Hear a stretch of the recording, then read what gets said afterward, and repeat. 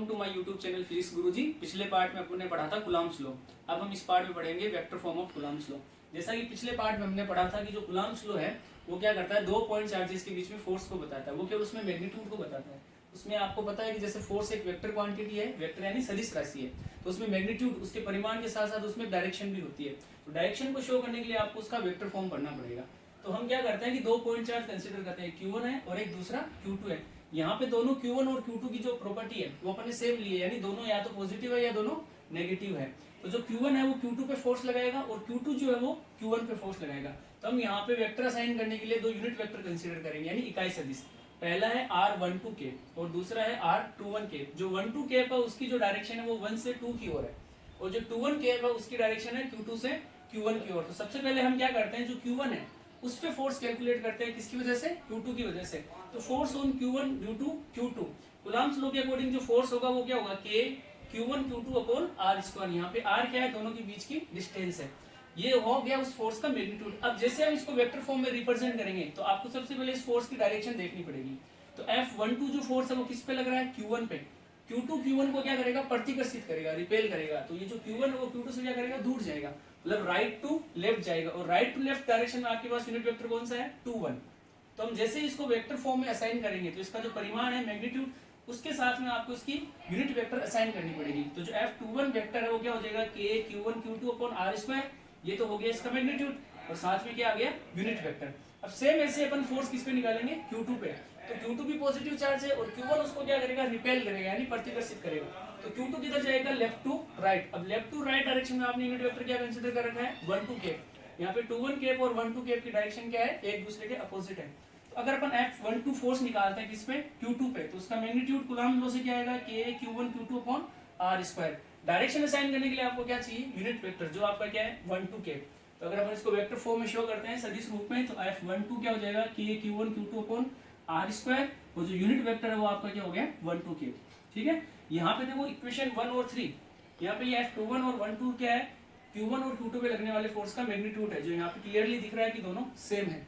और unit vector 1 2 cap और 2 1 cap का मैग्नीट्यूड क्या है, 1, और दोनों की डायरेक्शन क्या है, एक दूसरे के अपोजिट है। तो जो अपोजिट वेक्टर्स में अपन किसका साइन यूज करते हैं, माइनस का। तो यहाँ पे क्लियरली है कि जो 1 2 केप है वो किसके अपोजिट है, 2 1 केप के। तो इक्वेशन जो 3 और 2 और 4 है, 2 1 में 1 2 केप की जगह अपन क्या लिख देंगे, माइनस 2 1 केप की जगह क्या लिख देंगे, R12 केप। तो जो अपना F12 है वो क्या बन जाएगा, K Q1 Q2 upon R square, और 1 2 की जगह अपन क्या लिख देंगे, 2 1, वो भी किसमें, माइनस में। तो यहाँ पे क्लियर है कि जो F12 है वो F21 के बराबर है, बट उसका डायरेक्शन क्या है, अपोजिट। तो चिन्ह किसका आ जाएगा, माइनस का। तो यहाँ पे क्लियर है कि दोनों फोर्सेस का मैग्नीट्यूड तो सेम है, बट डायरेक्शन क्या है, अपोजिट है। और ये अपना किसका स्टेटमेंट है, थर्ड लॉ ऑफ मोशन का। यानी क्लियर है कि जो कूलम्ब्स लॉ है वो न्यूटन की गति के तीसरे नियम का पालन करता है, थर्ड लॉ ऑफ मोशन को फॉलो करता है। ठीक है, इसी की हेल्प से अपन किसी भी मल्टीपल चार्जेस में फोर्स की वैल्यू कैलकुलेट कर सकते हैं। अगर हम मल्टीपल चार्जेस को कंसीडर करते हैं तो कूलम्ब क्या बोलता है कि कोई भी तो दो चार्जेस हैं उनके बीच में जो लगने वाला फोर्स है वो थर्ड चार्ज की प्रेजेंस से इफेक्टेड नहीं होगा। यानी दो चार्जेस के बीच में फोर्स, अगर हम Q1 और Q2 के बीच का फोर्स कैलकुलेट कर रहे हैं, भले ही यहाँ पे Q1 Q3 Q4 Q5 कितने ही मल्टीपल चार्जेस क्यों ना हो, ये तीन जो चार्जेस है इन दोनों के फोर्स को इफेक्ट नहीं करेंगे। अब मल्टीपल चार्जेस के केस में आपको इसका क्या फॉर्म यूज करना पड़ेगा, वेक्टर फॉर्म। तो जो रिजल्टेंट फोर्स है वो हम कैसे निकालेंगे, रिजल्टेंट वेक्टर की हेल्प से। तो चलिए अब हम कूलम्ब लॉ का एक एग्जांपल पढ़ते हैं जिसमें हम उसकी पूरी वेक्टर फॉर्म को कंसीडर करेंगे। तो जैसा कि यहाँ पे दिख रहा है Q1 Q2 और Q3 तीन चार्जेस है, तीनों एक इक्विलेटरल ट्रायंगल समबाहु त्रिभुज के किनारों पर स्थित है।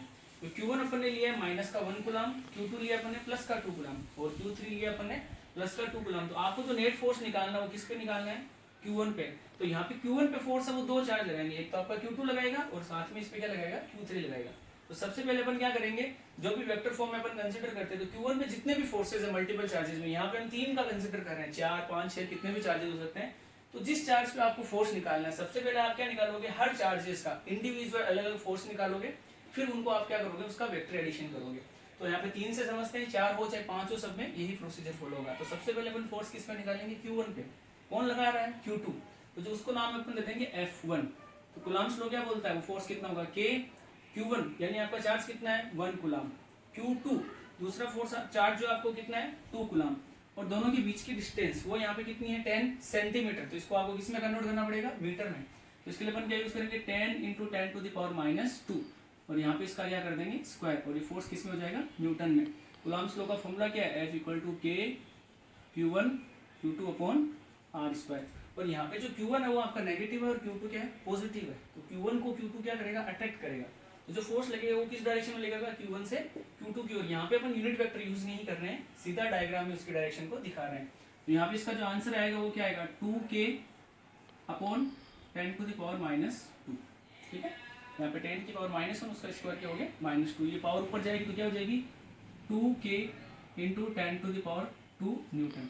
सेम अब अपन Q1 पे फोर्स निकालेंगे किसकी वजह से Q3 की वजह से, तो उसको अपन ने नाम क्या दे दिया है F2। तो वही फॉर्मूला K Q1 Q2/r², तो K का वैल्यू क्या रहेगा K Q1 यहाँ पे आपका कितना है 1 कूलम, और Q2 आपका कितना है 2 कूलम, और नीचे जो डिस्टेंस है R वो कितनी है 10 सेंटीमीटर। अगेन उसको आपको किस में कन्वर्ट चेंज करना है मीटर में। जैसे आप उसको मीटर में चेंज करोगे तो आपको क्या करना पड़ेगा 10⁻⁻² से मल्टीप्लाई करना पड़ेगा। इसका आंसर भी क्या आएगा 2K × 10⁻² न्यूटन। नीचे पावर -2 है, ऊपर जाके क्या होगी +2। यहाँ पे चार्ज डिफरेंट भी ले सकते हैं, अगर यहाँ पे Q4 और परसेंट होता तो वो क्या निकल जाता आपका F3। अब ये जो F2 की डायरेक्शन है वो है Q1 से Q3 की ओर, तो यहाँ पे दो फोर्स है F1 और F2, और चूंकि जो फोर्स है वो क्या है वेक्टर क्वांटिटी है, तो दो वेक्टर का रिजल्टेंट निकालने का फॉर्मूला आपने 11th क्लास में पढ़ा है रिजल्टेंट वेक्टर का।